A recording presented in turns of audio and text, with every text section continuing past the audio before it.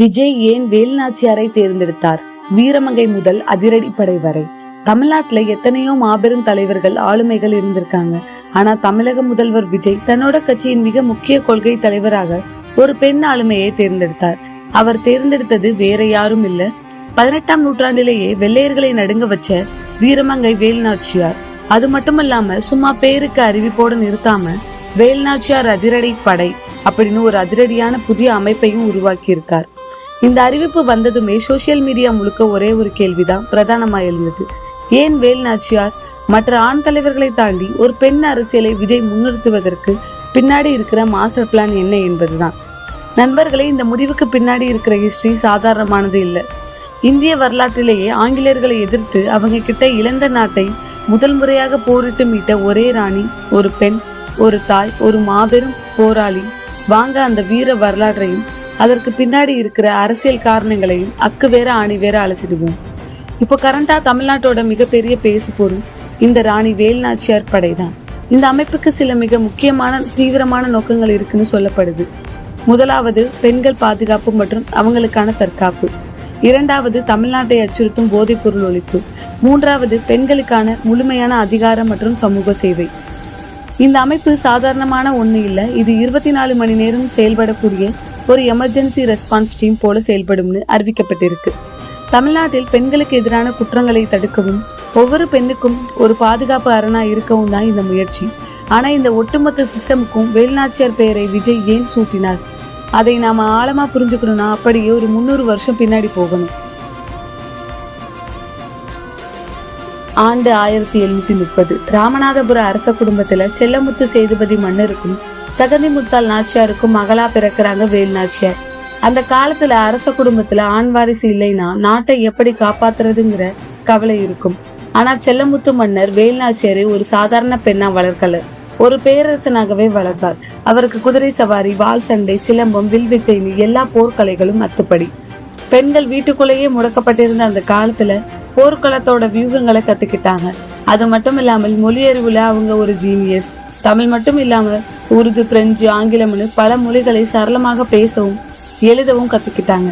அதனாலேயே அவங்க வெறும் ராணி இல்ல, அறிவும் வீரமும் சேர்ந்த ஒரு மாபெரும் தந்திரசாலி.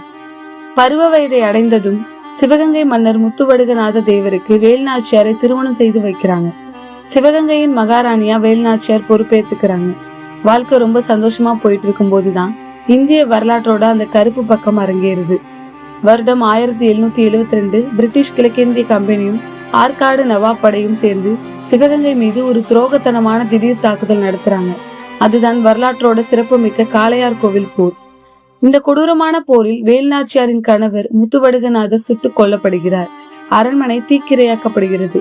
ஒரே நாள்ல தன் கணவரையும் இழந்து தன் நாட்டையும் இழந்து நடுத்தருவுக்கு தள்ளப்படுறாங்க வேலுநாச்சியார். ஆங்கிலேயர்கள் வேலுநாச்சியாரையும் அவங்க மகளையும் தேடி வேட்டையாட ஆரம்பிக்கிறாங்க. ஆனா மருது சகோதரர்களின் உதவியோட வேலுநாச்சியார் காட்டுக்குள் தப்பிச்சு போறாங்க. திண்டுக்கல் பக்கத்துல இருக்கிற விருப்பாச்சி கோட்டைக்குள் கிட்டத்தட்ட 8 வருஷம் தலைமறைவா வாழ்றாங்க. எந்த ஒரு சாதாரண பெண்ணும் இந்த இடத்துல உடைந்து போயிருப்பாங்க. ஆனா வேலுநாச்சியார் மனசுல இருந்தது சோக நெருப்பல்ல, அது பழிவாங்கும் லட்சிய நெருப்பு. என் நாட்டை நான் மீட்டே தீருவேன் அப்படின்னு சபதம் எடுத்துக்கிறாங்க. ஆங்கிலேயர்களை வீழ்த்தணும்னா ஒரு பெரிய படை வேணும்னு முடிவு பண்றாங்க. அதற்காக மைசூர் சுல்தான் ஹைதர் அலியை நேரில் சந்திக்கிறாங்க. அங்கே எல்லாரையும் ஆச்சரியப்படுத்துற மாதிரி ஹைதர் அலி கிட்ட அவரோட சொந்த மொழியான உருது மொழியிலே பேசி உதவி கேட்கிறாங்க. வேலுநாச்சியாரோட இந்த கம்பீரத்தையும் மொழியறிவையும் அசாத்திய தைரியத்தையும் பார்த்து மிரண்டு போன ஹைதர் அலி உடனே 5000 குதிரை படைகளையும் நவீன ஆயுதங்களையும் கொடுத்து உதவ சம்மதிக்கிறார். இங்கதான் வேலுநாச்சியார் இந்திய வரலாற்றையே திரும்பி எழுதுறாங்க. உலக வரலாற்றிலேயே முதல் முறையாக முழுக்க முழுக்க பெண்களை மட்டுமே கொண்ட ஒரு தனிப்படையை உருவாக்குறாங்க. அந்த படைக்கு அவங்க வச்ச பெயர் உடையாள் படை. இந்த படைக்கு தளபதியா நியமிக்கப்பட்டவர் தான் குயிலி. ஆனா இந்த பெண்களுக்கு வேலுநாச்சியார் கொடுத்த பயிற்சிகள் சாதாரணமானது இல்ல. வெள்ளையர்களோட நவீன துப்பாக்கிகளையும் பீரங்கிகளையும் எதிர்கொள்ளணும்னா வெறும் வாள் மட்டும் பத்தாதுன்னு வேலுநாச்சியாருக்கு நல்லா தெரிஞ்சிருந்தது. அதனால் காட்டுப்பகுதியில ரகசியமா முகாம்களை அமைத்தார். கிராமப்புறங்கள்ல இருந்த சாதாரண உழைக்கும் பெண்களையும் விவசாய பெண்களையும் ஒன்று திரட்டினார். அவர்களுக்கு முதல்ல கரில்லா எனப்படும் மறைந்திருந்து தாக்கும் சரிலா போர் முறையை கத்துக் கொடுத்தார். அடர்ந்த காட்டுக்குள்ள எப்படி சத்தம் இல்லாம நகரணும், மரங்கள்ல எப்படி மறைஞ்சுக்கணும், எதிரிகள் எதிர்பாராத நேரத்துல எப்படி மின்னல் வேகத்துல தாக்கணும்னு பயிற்சிகள் தரப்பட்டது. அது மட்டும் இல்லாமல் சிலம்பம், வாழ்வீச்சு பயிற்சிகளோடு மிக முக்கியமா வளரி வீசும் பயிற்சி பெண்களுக்கு தீவிரமாக கற்றுக் கொடுத்தார். வளரி என்பது தமிழர்களோட பாரம்பரிய ஆயுதம். அதை வீசி எரிஞ்சா எதிரியின் தலையை துண்டிச்சுட்டு திரும்பவும் வீசியதற்கே வந்து சேரும். துப்பாக்கி வச்சிருந்த வெள்ளையர்களை தூரத்துல இருந்தே இந்த வளரியை வச்சு வீழ்த்துவதற்கு பெண்களுக்கு ஸ்பெஷல் ட்ரைனிங் கொடுத்தார் வேலுநாச்சியார். மிக முக்கியமா அவங்களுக்கு உளவியல் ரீதியான பயிற்சியும் கொடுக்கப்பட்டது. கணவனை இழந்த, குடும்பத்தை இழந்த பெண்களுக்குள் இருந்த சோகத்தை நாட்டின் மீதான தேசபக்தியாக ஆக்ரோஷமாக மாற்றினார் வேலுநாச்சியார். ஆபத்து காலங்கள்ல எதிரிகளிடம் மாட்டிக்கிட்டா ரகசியங்களை எப்படி காப்பாத்தணும், எப்படி தப்பிக்கணுங்கிற உளவு வேலைகளும் இந்த பெண்களுக்கு அக்கு வேற ஆணி வேற சொல்லி கொடுத்தார். சாதாரண பெண்களை மரண பயமே இல்லாத இரும்பு மனிதர்களாக மாத்தினதுதான் வேலுநாச்சியாரின் மாபெரும் மாஸ்டர் கிளாஸ் ட்ரைனிங். 1780 சிவகங்கை கோட்டையை மீட்க இறுதி போர் நடக்குது. ஆனா கோட்டைக்குள்ள ஆங்கிலேயர்களோட நவீன பீரங்கிகளும் துப்பாக்கிகளும் குவிக்கப்பட்டிருக்கு. அதை அழிக்காம கோட்டைக்குள்ள நுழைய முடியாது. அப்போதான் தளபதி குயிலி இந்த அதிரடி முடிவை எடுக்கிறாங்க. விஜயதசமி அன்னைக்கு பெண்கள் சாமி கும்பிடுற கூட்டத்தோட கூட்டமா கோட்டைக்குள் நுழையிறாங்க.